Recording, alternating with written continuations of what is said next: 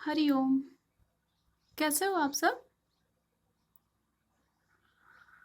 यार सामने ना एक पेज खुला हुआ है, देख रहे होगे आप वीडियो में। दैनिक जागरण। अच्छा, एक तरफ देखो, इस तरफ ना लिखा हुआ है देश में 80 लाख से अधिक हुए संक्रमित। ठीक है। यह संख्या बहुत ज्यादा है ना, बहुत ज्यादा है ये संख्या। और बहुत दुखद घटना भी है। लगातार ये संख्या बढ़ती ही जा रही है। और दूसरी तरफ यहाँ आपको एक सारणी दिख रही है यहाँ। ठीक है।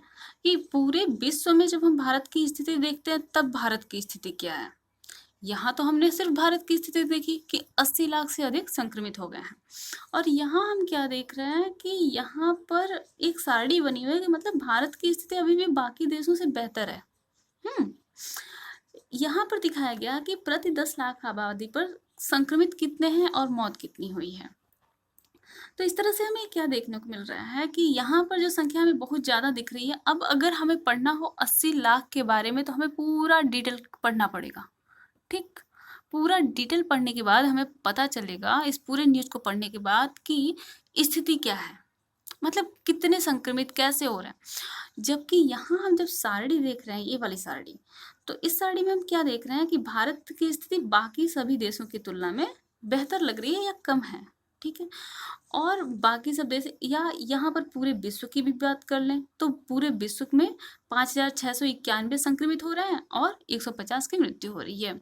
अगर हम पूरे विश्व की बात करें तो यहाँ पर, और यहाँ पर प्रति 10 लाख में ऐसे काम चल रहा है।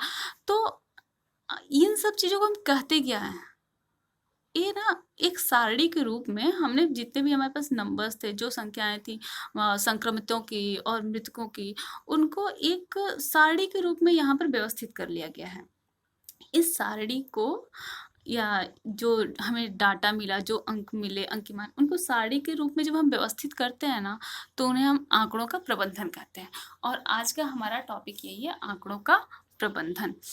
देखिए, जब भी, जैसे कि आज के न्यूज़पेपर को मैंने दिखाया, ऐसे ही जब भी आप न्यूज़पेपर पढ़ते होगे तो आपको कुछ सारणी मिलती होगी। सभी न्यूज़पेपर्स में मिलती है ये सारणी आपको। जैसे कि कहीं का प्रोडक्शन क्या है, जॉब काउंट क्या है, मतलब कहाँ जॉब, कितने कितने लोग कहाँ पे जॉब कर रहे हैं, या फिर किस कंपनी में कैसा फैक्ट्री में प्रोडक्शन हुआ, या फिर जो कुछ बना उसका कंजम्पशन कितना हुआ।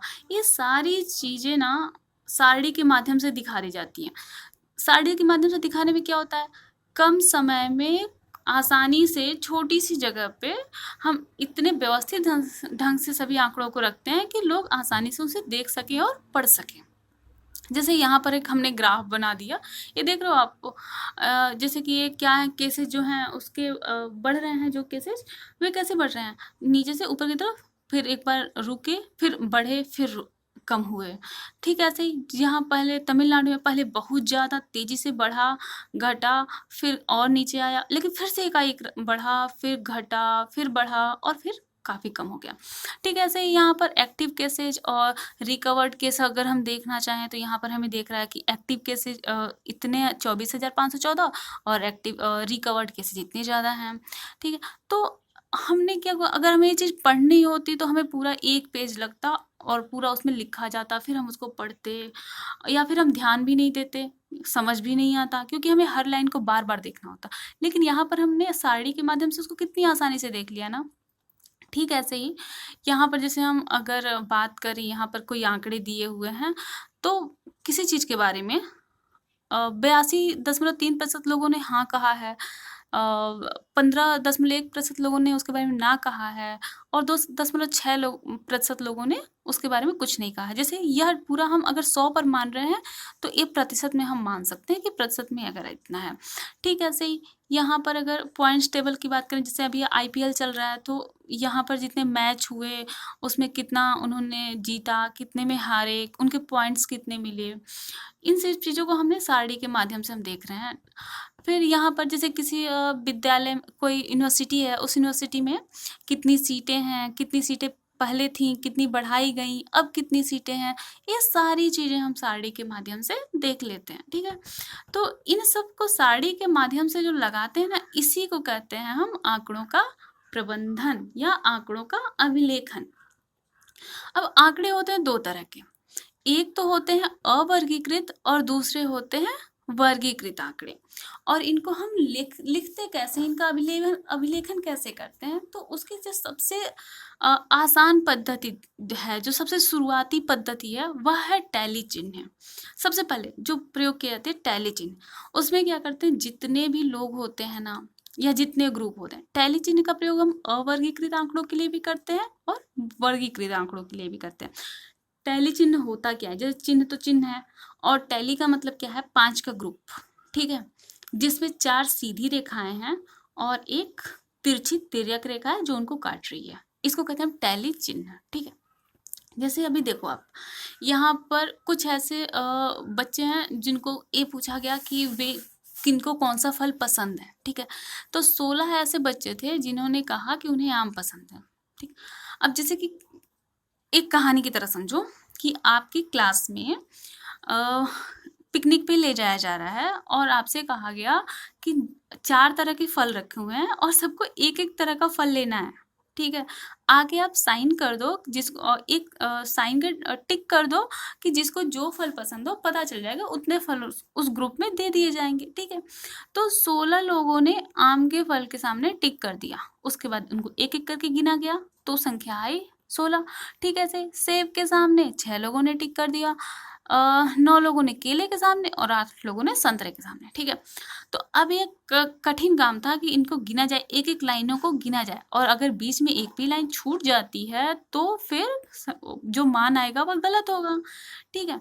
तो इसलिए यह दूसरा एक तरीका अपनाया गया कि 4 का एक ग्रुप बनाया जाए और 5वीं जो संख्या है ना उससे उसको कट कर दिया जाए, ठीक है, 5वीं लाइन से उसको कट कर दिया, जैसे कि यहाँ पे बनाया, देखिए 4 की 4 लाइनें और 5वीं से उसको कट कर दिया गया, ठीक है। तो इसी को कहते हैं टैली चिन्ह। टैली चिन्ह के द्वारा ना हम ग्रुप को आसानी से डिनोट कर लेते हैं। जैसे यहाँ पर हम देख रहे हैं ना, 1, 2 और 3 ग्रुप है, 3 ग्रुप का मतलब क्या हुआ, 1 में 5 तो 3 में 15 और 2 हमने जोड़ लिया, अब आ गया 17, ठीक है। ऐसे ही अगर यहाँ पे 4 टैली चिन्हों का 4 ग्रुप है तो इसका मतलब क्या हो गया, संख्या कितनी है, 20। तो टैली चिन्ह इसलिए काफ़ी प्रयोग किए जाते हैं कि जो संख्या है उन लोगों को हम आसानी से गिन सकें, उन संख्याओं को, और कोई भी गड़बड़ी न हो, ठीक है। तो जब हम बात करते हैं अवर्गित आंकड़ों की, तो यहाँ पर क्या हो रहा है, बारंबारता हो रही है ना, जैसे कि 16 बार 16 लगे रहे, यानी 16 लोगों ने उसे पसंद किया, यानी 16 बारंबारता हो गई, ठीक। तो अवर्गीकृत आंकड़ों की जो बारंबारता है वही इस सारणी के द्वारा दिखाई जाती है, ठीक है। देखिए यहाँ पर हमने अभी इस ग्रुप को देखा था कि 17 बच्चे ऐसे हैं जिनको चावल पसंद है, 13 ऐसे हैं जिनको रोटी पसंद है, और 20 ऐसे हैं जिनको चावल और रोटी दोनों पसंद है। तो हमने क्या किया, टैली चिन्हों के द्वारा इनको बहुत ही आसानी से इस रूप में हमने इसको देख लिया, ठीक है। अब सबको हम टैली चिन्हों के माध्यम से नहीं दिखाते, जो सबसे पहला, जो सबसे ईजी चीज़ें होती हैं उनको हम चित्रों के माध्यम से दिखाते हैं, और उसे हम चित्रालेख या फिर पिक्टोग्राफ करते हैं। पिक्टो का मतलब होता है चित्र। तो जब कोई ऐसी सारणी बनी हो जिसमें चित्रों के द्वारा हम आंकड़ों को प्रदर्शित कर रहे हैं तो उसको चित्रालेख कहते हैं। इसमें एक चित्र कई बार एक वस्तु को दिखाता है, या फिर एक चित्र के द्वारा हम 5 वस्तुओं को, या एक चित्र के द्वारा हम 10 वस्तुओं को, या फिर बड़ी जब वस्तुएं काफ़ी ज़्यादा हो तो एक चित्र के माध्यम से हम काफ़ी सारी वस्तुओं को एक निश्चित मात्रा में उनको गिन लेते हैं, ठीक है। लेकिन यहाँ पर क्या होता है, दिक्कत ये होती है चित्रालेख में कि जब संख्याएं ऐसी हों जो गुणनफल के रूप में ना आती हो, जैसे ये चित्रालेख तभी काम करता है जब वो गुणज के रूप में हो। अगर वो गुणज के रूप में नहीं है तो फिर उनको दर्शाने में गलतियां हो सकती हैं। जैसे कि यहाँ पर अगर हम 5 का गुणज ले लें, ठीक है, यहाँ पर सभी संख्याएं क्या है, 1 के गुणज में है। अगर हम कहें ट्रैक्टर की बात ना हो, किसी वस्तु की बात हो, अगर जैसे कि किताबें, ठीक है, यहाँ पर अगर हम कहें कि यहाँ पर जैसे एक पुस्तक का मतलब रखी हुई है, अगर हमें ये दिखानी हो कि इसमें एक कॉपी भी रखी हुई है, या फिर एक आधी पुस्तक है, आधी पुस्तक फटी हुई है, ठीक है, तो अभी मान लो, एज्यूम कर लो आधी पुस्तक फटी हुई है, तो अगर आधी फटी हुई पुस्तक को भी यहाँ पर दिखाना है तो आप कैसे दिखाओगे, उसे आप नहीं दिखा पाओगे। तो इसलिए, या फिर कुछ पेजेज रखे हो, ठीक है, कुछ पेज यहाँ पर रख दिया गया हो, तो उन्हें आप कैसे दिखाओगे? तो उन ऐसी चीज़ों को हम पिक्टोग्राफ के माध्यम से नहीं दिखा सकते। पिक्टोग्राफ को हम किसी भी संख्या के गुणज के रूप में दिखाते हैं। जैसे अगर यहाँ पर एक ट्रैक्टर लिखा है ना, तो यहाँ पर जितने होंगे वो सभी एक के गुणज होंगे। लेकिन अगर यहाँ पर वही 5 लिखा होता, एक चित्र बराबर 5 ट्रैक्टर, तो यहाँ पर क्या होता, अगर मान लीजिए यहाँ पर 3 ट्रैक्टर दिखाए जा रहे हैं, ठीक है, तो 5 तिहाई 15 ट्रैक्टर हो जाते हैं। यहाँ पर 3 चित्र मतलब 15 ट्रैक्टर होते। लेकिन अगर आधा ट्रैक्टर को और दिखाना होता, जो पॉसिबल नहीं है, मतलब किसी और वस्तु की भी बात कर सकते हैं, तो आप नहीं दिखा सकते थे ना उसे, ऐसी चीज़ें नहीं दिखा सकते। तो इसके लिए हमें ज़रूरत होती है एक अलग तरह के ग्राफ की, ठीक है। तो अभी जो अवर्गीकृत आंकड़े हैं उनको या तो हम पिक्टोग्राफ के द्वारा दिखा सकते हैं, या फिर हम दंड आरेख के द्वारा भी दिखा सकते हैं। दंड आरेख का मतलब होता है बार ग्राफ, ठीक है। अच्छा, चित्रलेख के द्वारा हम क्या क्या जान सकते हैं, वो देखिए। जैसे कि यहाँ पर हम अगर बात करें तो देख सकते हैं किसी ग्रुप में, ठीक है, सबसे अधिक संख्या किस ग्रुप में है, सबसे कम संख्या किस ग्रुप में है, एक ग्रुप में दूसरे ग्रुप से कितनी कम संख्या है, ठीक। जैसे कि यहाँ पर अगर 5 गांव की बात हुई है, तो हम ये जान सकते हैं कि किस गांव में सबसे ज़्यादा ट्रैक्टर हैं, किस गांव में सबसे कम ट्रैक्टर हैं। जैसे कि या फिर ए गांव में बी गांव से कितने अधिक ट्रैक्टर हैं, या सबसे अधिक ट्रैक्टर और सभी सबसे कम ट्रैक्टर के बीच का अंतर कितना है। ये सारे क्वेश्चन हम, अगर ये सारे प्रश्नों के उत्तर हम ले सकते हैं इसके द्वारा। अब दूसरा होता है दंडालेख। दंडालेख क्या होता है कि एक समान चौड़ाई के चित्र खींचे गए होते हैं, ठीक है, इनकी चौड़ाई समान होती है, लेकिन इनकी जो लंबाई होती है ना, वह क्या होती है कि मान को दर्शाती है, ठीक है, जो संख्या होती है उस संख्या के मान को दर्शाती है। ऐसे ही ऊर्ध्वाधर दंड खींचे गए होते हैं, और इन ऊर्ध्वाधर दंडों के द्वारा हम किसी संख्या के बारे में जान सकते हैं, और इनके बीच में दूरी होती है। देखिए, जैसे अगर हम बात करें 1991 में जनसंख्या कितनी थी भारत की, ठीक है, और 1961 में कितनी थी। अब देखिए 1951 और 1961, इन दोनों के बीच में 10 साल का गैप कर दिया गया है, लेकिन उन दोनों को बीच से इसलिए यहाँ पर दूरी कर दी गई है, ठीक है। यहाँ पर दूरी क्यों हुई है, क्योंकि एक अंतराल है, और वो अंतराल एक साथ नहीं जोड़ा जा सकता। तो 1951 की जनसंख्या कुछ और थी, 1961 की जनसंख्या कुछ और थी, तो इसलिए 1951 और 1961 दोनों को दिखाने के लिए अलग अलग बार बनाए गए हैं। इन बार को ही मतलब दंड जो है ये दंड कहलाते हैं, और अंग्रेजी में इनको बार कहते हैं, ठीक है। तो अगर भारत की जनसंख्या अगर करोड़ में थी, तो 1951 में कितनी थी, 36 अगर यह दिखाया गया है, तो ठीक है, 30 और 40 के बीच में आता है 36, और 36 करोड़, ठीक है। ठीक है, ऐसे ही 1961 में यह 44 थी, जो 44, 40 और 50 के बीच में आता है, और 44 करोड़ थी, ठीक है। तो इस तरह से हम बार ग्राफ के द्वारा, जब बहुत बड़ी संख्या कोई हो ना, संख्याएं बहुत ज़्यादा मात्रा में हो, हमें किसी सन का दिखाना हो, या कुछ सालों की कहीं के प्रोडक्शन को दिखाना हो, तो हम वहाँ पर बार ग्राफ का प्रयोग करते हैं, ठीक है। अब इसी तरह हम एक और चीज़ का प्रयोग करते हैं, और वह है पाई चार्ट, ठीक है। पाई चार्ट क्या होता है कि यह जब संपूर्ण से किसी भाग को प्रदर्शित करना होता है, तब हम इसका प्रयोग करते हैं। संपूर्ण से किसी भाग का प्रयोग करना, जैसे कि हमने भिन्न सीखा था ना, भिन्न और परिमेय संख्याएं। तो भिन्न में क्या होता है, नीचे हर जो होता है वो संपूर्ण को दर्शाता है, और जो अंश होता है वह उसके किसी भाग को दर्शाता है। उसी तरह पाई चार्ट का ये जो पूरा वृत्त है यह संपूर्ण को दर्शाता है, और इसके जो खाने बने होते हैं, ठीक है, जो इसके पार्ट कलरफुल किए गए हैं, कलर किए गए हैं, या फिर जो क्वार्टर्स बने हुए हैं, एक क्वार्टर्स दर्शाते हैं उसके भाग को, ठीक है। तो यह जो पूरा संपूर्ण होता है यह 100% होता है, या 360 अंश होता है। हम जानते हैं ना किसी वृत्त का पूरा 360 अंश का कोण बनता है, तो यह जो पूरा होता है या तो 360 अंश होता है, या फिर यह 100% होता है, ठीक है। तो जो अवर्गीकृत आंकड़े हैं उनको हमने क्या देखा कि अवर्गीकृत आंकड़ों को हम 3 तरीके से बारंबारता बंटन सारणी इसकी हम बना सकते हैं। बारंबारता बंटन सारणी हम 3 तरीके से बना रहे हैं। पहला तरीका क्या है, चित्रालेख यानी पिक्टोग्राफ। दूसरा तरीका क्या है, दंडालेख यानी बार ग्राफ, और तीसरा क्या है, पाई चार्ट।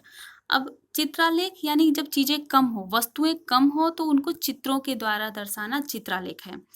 बार ग्राफ यानी दंडालेख, जब दंडालेख तब होता है जब काफी संख्या में चीजें हो, वस्तुएं बहुत ज्यादा हो और कई सालों की बात की गई हो, कई अलग अलग समय की बात की गई हो, तो वहां पर हम दंडालेख या बार ग्राफ का यूज करते हैं।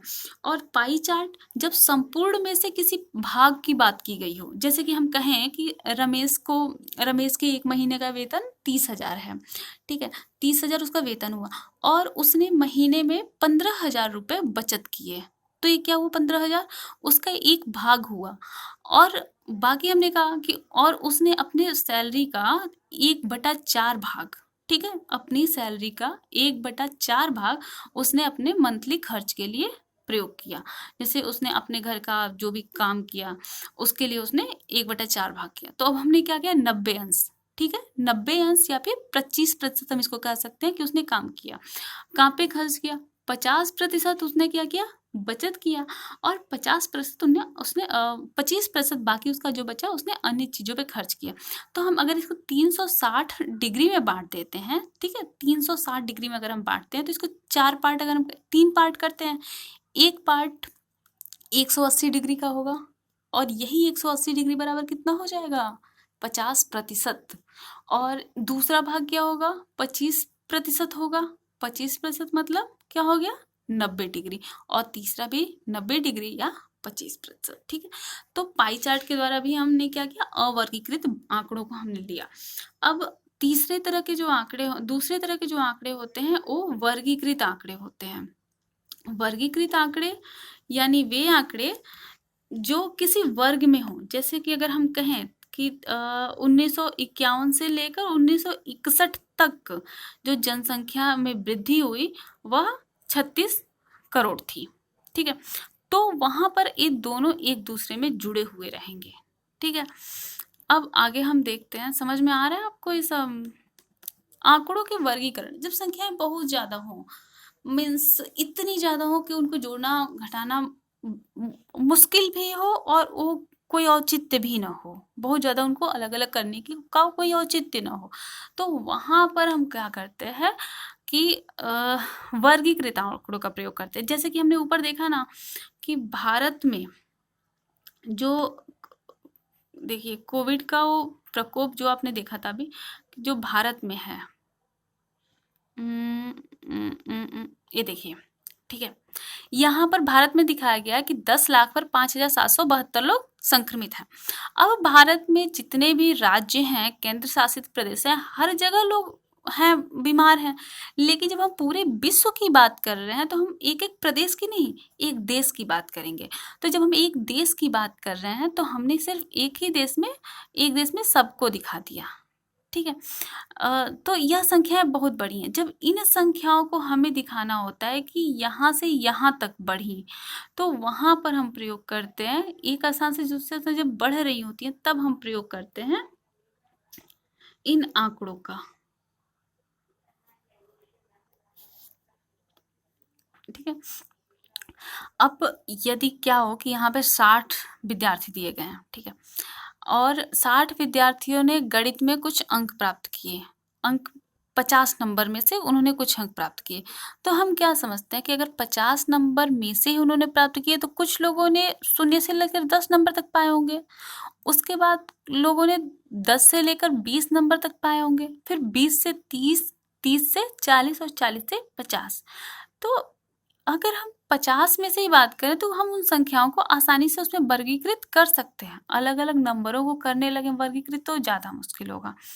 तो जब ऐसी हो, अगर ऐसा कुछ नंबर हो जिन्हें हम ग्रुप में बांट सकते हो, और किसके आधार पर, ये जो उनके प्राप्त किए हुए अंक हों, ठीक है, जो अंक हैं ये कहलाते हैं प्रेक्षण, ठीक है, जो उनकी प्राप्ति है उनकी संख्या के आधार पर हम इनको बारंबारता बंटन प्राप्त करते हैं, और इनकी सारणी हम ग्रुप में बनाते हैं। और ग्रुप में जब सारणी बनाते हैं ना तो वह संख्या सारणी कुछ ऐसे बनती है, 0 से लेकर 10 तक को हम एक समूह से रखते हैं और फिर 10 से 20 तक को दूसरे समूह। लेकिन अब देखिए जो 0 से 10 नंबर पाने वाले विद्यार्थी होंगे, यहाँ पर 10 नहीं होगा, 10 से कम संख्या, 0 से लेकर 10 से कम तक संख्या में जो नंबर पाएंगे वह उन लोगों की संख्या कितनी है? 2। ऐसे विद्यार्थी जिनका नंबर 10 था या 10 से लेकर 19 तक था, 19 तक यानी 20 से कम, उनकी संख्या 10 थी। ठीक है, ऐसे जब 20 से मतलब कि 20 नंबर जिसने पाए हो या फिर 29 नंबर तक जिसने पाए हो, तो वह 30 के बीच में आ गया ना, तो उनका नंबर 21 था, उनकी संख्या 21 है। और ऐसे ही अगर किसी का 30 नंबर किसी ने पाया और 30 से 39 नंबर तक पाया, मतलब 40 नंबर से कम, ठीक है, तो उनकी संख्या 19 है। इसका मतलब क्या हुआ कि जब हम 0 से 10 तक का ग्रुप बनाते हैं, इसमें 10 नंबर पाने वाला विद्यार्थी इसमें नहीं होगा। इसमें कौन होगा? 0 से लेकर 9 तक का। और जो ये 10 है ना, जहाँ शुरुआत हो रही है, तो अगर किसी ने 10 नंबर पाया तो वह दूसरे ग्रुप में होगा, 10 से 20 तक नंबर पाने वाले ग्रुप में। ठीक है, तो इस तरह जो बारंबारता है, यहाँ पर देखिए अब 60 आ गई। और यहाँ पर 2 स्टूडेंट्स हैं जिन्होंने 10 नंबर तक पाए, यानी इनके नंबर 0 से लेकर 7 नंबर तक रहे होंगे, 9 नंबर तक रहे होंगे। अब इसी से हम इन्हीं आंकड़ों को जो हम वर्गीकृत आंकड़े कहते हैं, ठीक, और इनमें एक वर्ग अंतराल बनता है, और इन्हीं वर्ग अंतरालों को दिखाने के लिए हम हिस्टोग्राम या आयत चित्र का प्रयोग करते हैं। आयत चित्र कैसे बनते हैं? देखिए, ये रहा आयत चित्र। ठीक है, जैसे कि यह किसी की ऊंचाई ली गई है, कुछ विद्यार्थियों की ऊंचाई ली गई है। अब विद्यार्थियों की ऊंचाई क्या हो गया है? ऐसा है कि कुछ ऐसे विद्यार्थी हैं जिनकी ऊंचाई 145 सेंटीमीटर से लेकर 175 सेंटीमीटर तक है। ठीक है, क्या हुआ? उनकी ऊंचाई 145 से लेकर 175 के बीच में है, उससे ज़्यादा नहीं है, तो हम उनको आसानी से इसमें दिखा सकते हैं। तो इनका हमने ग्रुप बनाया 5-5 का। तो 145 से 150 तक के ग्रुप में 2 विद्यार्थी आ जाते हैं, उनकी ऊंचाई है। 150 से लेकर 155 के बीच में, यहाँ पर देखिए, यहाँ से जब आप सीधे आते हैं तो कितने विद्यार्थी आ रहे हैं? 9। ठीक है, 9 विद्यार्थी ऐसे हैं जो 150 से 155 जिनकी ऊंचाई है। उसके बाद 155 से लेकर 12 विद्यार्थी ऐसे हैं जिनकी लंबाई 160 सेंटीमीटर तक है। 160 सेंटीमीटर से 165 सेंटीमीटर के बीच में आ जाते हैं 10 विद्यार्थी, और 165 से 170 के बीच में आ जाते हैं 7 विद्यार्थी, और 170 से 175 के बीच में आ रहे हैं 4 विद्यार्थी। ठीक है, 4 विद्यार्थी ऐसे आ गए। अब हम इसमें से क्या क्या जान सकते हैं? हम इसमें जान सकते हैं सबसे अधिक शिक्षार्थी किस वर्ग की ऊंचाई में है, तो 155 से 160 के बीच में सबसे अधिक विद्यार्थी हैं जिनकी ऊंचाई 155 से 160 है। तो देखिए 12 विद्यार्थी ऐसे हैं जिनकी ऊंचाई 155 से 160 सेंटीमीटर है। उसके बाद 160 से 165 सेंटीमीटर की ऊंचाई के शिक्षार्थियों की संख्या कितनी है, तो 160 से 165 तक के शिक्षार्थियों की संख्या कितनी है? 10। ठीक है, सबसे कम शिक्षार्थी किस वर्ग में है, तो ये वाला वर्ग हम देख रहे हैं ना, सबसे नीचे ये वर्ग है, तो 145 से 150 सेंटीमीटर की ऊंचाई वाले विद्यार्थी सबसे कम है, जिनकी संख्या 2 है। तो इस तरह से हम हिस्टोग्राफ में आसानी से देख सकते हैं कि किस तरह से अगर किसी ग्रुप में बहुत सारे अगर विद्यार्थी हों तो उनको हम किसी ग्रुप में कैसे रखते हैं। ठीक है, अब यहाँ पर देखिए कुछ एक स्कूल के 25 अध्यापकों की आयु ली गई है। ठीक है, एक विद्यालय के 25 अध्यापकों की आयु ली गई, और इनकी आयु की शुरुआत किससे हुई है? 20 से। ठीक है, मतलब जो सबसे कम उम्र के टीचर हैं उनकी उम्र है 20 वर्ष, और जो सबसे अधिक उम्र के हैं उनकी 50 के बीच में है। मतलब इन लोगों की जो उम्र है ना, वो 20 वर्ष से लेकर 50 वर्ष तक की उम्र के बीच में है। ठीक, तो यहाँ पर दिखाया गया है कि 20 से 25 वर्ष की उम्र के कितने यहाँ पर शिक्षक हैं? 4। ठीक है, 25 से लेकर 30 तक के 5, 30 से 35 6। ठीक है, तो यहाँ पर जो चौड़ाई का दंड दिखाया जा रहा है, ठीक, इनके बीच में कोई भी रिक्त स्थान नहीं रखा जाता अगर वह आयत चित्र हो तो। ठीक है। और यहाँ पर दंड की लंबाई एक विशिष्ट समूह या वर्ग में आने वाले प्रेक्षणों की संख्या दर्शाती है। प्रेक्षणों की संख्या मतलब जो शिक्षक जो हैं, जो उनकी संख्या है, वह संख्या इतने इसमें दिखाई जा रही है कि 45 वर्ष से लेकर 50 वर्ष तक की उम्र के कितने शिक्षक यहाँ पर मौजूद हैं। ठीक है, तो इस तरह से आप आयत चित्र समझ गए होंगे। इस पर काफ़ी जो क्वेश्चंस आते हैं बहुत ही सिंपल क्वेश्चन होंगे आपके क्लास में, एग्जाम में। आप इसको आसानी से कर ले जाओगे, कोई दिक्कत नहीं होगी। आप बस एक बार समझ लो। यहाँ पर जैसे देखो, यहाँ पर क्या सूचना दी जा रही है, कोई क्लास 8 की लड़कियों की संख्या की बात की गई है, उनकी ऊंचाई की बात करी तो 125 से 130 के बीच में, ठीक है, 125 से लेकर 130 के सेंटीमीटर की ऊंचाई की लड़की सिर्फ एक है, ठीक है, और 130 से 135 की 2।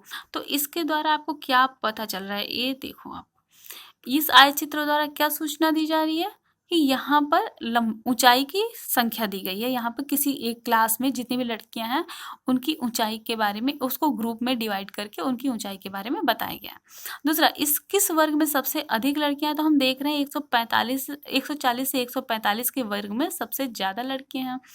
कितनी लड़कियों की लंबाई 145 सेंटीमीटर या उससे अधिक है, तो 145 सेंटीमीटर हम जानते हैं किस ग्रुप में होगा, 145 से 150 के ग्रुप में होगा, तो उसमें कितनी संख्या है, 4। ठीक, आ गया होगा समझ में आपको ये आयत चित्र, हमें जहाँ तक लगता है। अब अगला वृत्तालेख, जो हमने कहा था कि संपूर्णता को दर्शाता है, संपूर्णता के किसी भाग को। ठीक, जैसे कि एक बच्चा दिन भर में कितना काम कर रहा है, तो दिन भर में कितने घंटे हुए, 24 घंटे। तो ये पूरे 24 घंटे के उसके अलग अलग घंटे जो किसी अलग अलग काम को करता है उनको दर्शाता है। ठीक, अगर एक कस्बे की हम बात करें तो वहाँ पे जो संपूर्ण लोग हैं, जितने भी लोग हैं, वह उनकी जो उम्र है, ठीक है, वह उम्र और उनकी जो, जैसे कि देखिए अगर 50,000 ऐसे लोग हैं जिनकी उम्र 50 से 60 वर्ष के बीच में, जब हम संपूर्णता की बात करते हैं, उस संपूर्णता के भाग की बात करनी है तो हम पाई चार्ट का प्रयोग करते हैं। यहाँ पर देखिए 50,000 जनसंख्या ऐसी है जो जिसकी उम्र 50 से 60 वर्ष की है। 20,000 लोग ऐसे हैं जो 60 वर्ष या उससे अधिक के हैं, और 30,000 ऐसे हैं जो 0 से लेकर 14 वर्ष तक हैं। अब इनको हम क्या कर सकते हैं, 50,000, 20,000 और 30, ठीक, तो ये पूरे कितने हुए, 1 लाख। ठीक है, अब इस 1 लाख में जो आप आधा भाग देख रहे हो ना, ये पूरा आधा है। ठीक, ये 50,000 और 50,000, 1 लाख में 50,000 एक तरफ कर दी, 50,000 एक तरफ, तो 50,000 का मतलब क्या हुआ, 50%। 50% मतलब 180 अंश। पूरा कितना था, 360 डिग्री ना, तो यहाँ पर कितना हुआ, 180 अंश। तो अगर हम ये पूछें कि 15 से 60 वर्ष के कितने डिग्री लोग रहते हैं यहाँ पे, तो 180 डिग्री। या फिर कितने प्रतिशत व्यक्ति हैं जिनकी उम्र 50 से 60 वर्ष की है, तो 50%। या ऐसे हम कहें, इनके बारे में अभी हम ले सकते हैं। ठीक, अगला हम देखते हैं। अब ये वाला भाई, ये तो हम नहीं समझा सकते आपको, क्योंकि जो इसमें दिया है वो हमें सच लगता नहीं है। गणित से इतने लोगों को प्यार, 85% को, आपके मतलब आप मेरा जो वीडियो देखते हैं ना, उसके अनुसार तो मुझे बिल्कुल लगता है कि ये सही नहीं है। सिर्फ सिद्धांत है, यह सिर्फ और सिर्फ सिद्धांत है, इसमें सच्चाई कुछ भी नहीं है। लेकिन फिर भी सही है तो सही है, ठीक है, यहाँ पे देख लो। जैसे कि अगर हम ये कहें कि 85% लोगों को गणित से प्यार है और 15% को गणित से घृणा है, हमें तो लगता है अपोजिट ही है, लेकिन फिर भी देखते हैं। अब जैसे इसको देखिए, यहाँ पर हम 360 अंश में इसको हमने डिवाइड कर दिया, तो 80 डिग्री क्या है, विज्ञान को दिखा रहा है। कोई मतलब अलग अलग विषय हैं, अलग अलग विषय में हमने किसी ने अंक प्राप्त किए हैं। तो देखिए जैसे कि अगर यहाँ पर क्या है कि 540 अंक, तो टोटल क्या हुआ, 540। ये 540 क्या है, 360 डिग्री के बराबर है। तो अगर ये कहा जाए किस विषय में उस विद्यार्थी ने 105 अंक प्राप्त किए, तो 540 क्या है, 360 हुआ, 360 डिग्री 540 हो गया, ठीक है, और उसने प्राप्त कितने किए, 105 अंक। तो हम क्या करेंगे, इसको हमें पता करना है वो कितने डिग्री है। ठीक, तो यहाँ पर अगर उसने 105 अंक प्राप्त किए हैं तो क्या हुआ, वो 360, 540 अंकों के लिए केंद्रीय कोण 360 है। तो हम क्या करेंगे, यहाँ पर 360 के से 105 का गुणा करेंगे और उसमें हम 540 से भाग दे देंगे। जब आपने वो भिन्न पढ़ा होगा तो आपको पता रहा होगा इसमें कैसे करते हैं गुणा और भाग। ठीक, तो बिल्कुल ऐसे ही करेंगे जैसे जो संख्या आपको दी हुई है, इसका जो केंद्रीय कोण है ना वो 360 है। तो केंद्रीय कोण 360 होने की वजह से किसी भी संख्या, जैसे अगर अब आपको पता करना है ना कि 55% बराबर कितना हुआ, तो भी आप इसको ऐसे पता कर सकते हो। तो 105 गुणे 360 बटा 540, जैसे ही आप करोगे आपको मिल जाएगा आंसर कि कौन सा है। ठीक, चलिए हमारा सिलेबस कंप्लीट हो गया ये चैप्टर, और थैंक यू।